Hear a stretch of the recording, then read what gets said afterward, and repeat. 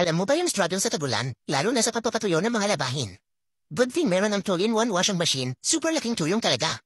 Check it out, mga kawai spender. Mini washing machine with blue light sterilization hood at 7 kilograms. Dual function pwedeng mag-wash at mag-dryer in one tub. Available in 2 colors, white with gray accent and black with gold accent. Sobrang aesthetic at minimalist ang design.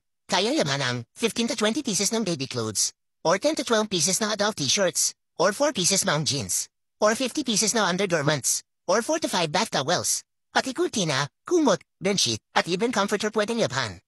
May maximum timer ng 10 minutes sa wash o rinse, 5 minutes sa dryer. May strong and powerful motor para sa malinis na labada talagang legit. May blue light sterilization laban sa bacteria. Perfect para sa solo living o small family na 2 to 4 persons. Swak sa maliit na space. Mura sa kuryente with 300 watts power consumption. 3 pesos and 57 centavos lang ang kuryente sa isang oras ng paglalaba. Doon na sa checkout para ma-enjoy ang hassle-free at cost-efficient na laundry experience. Please share and follow me for more sweet sale. Salamat!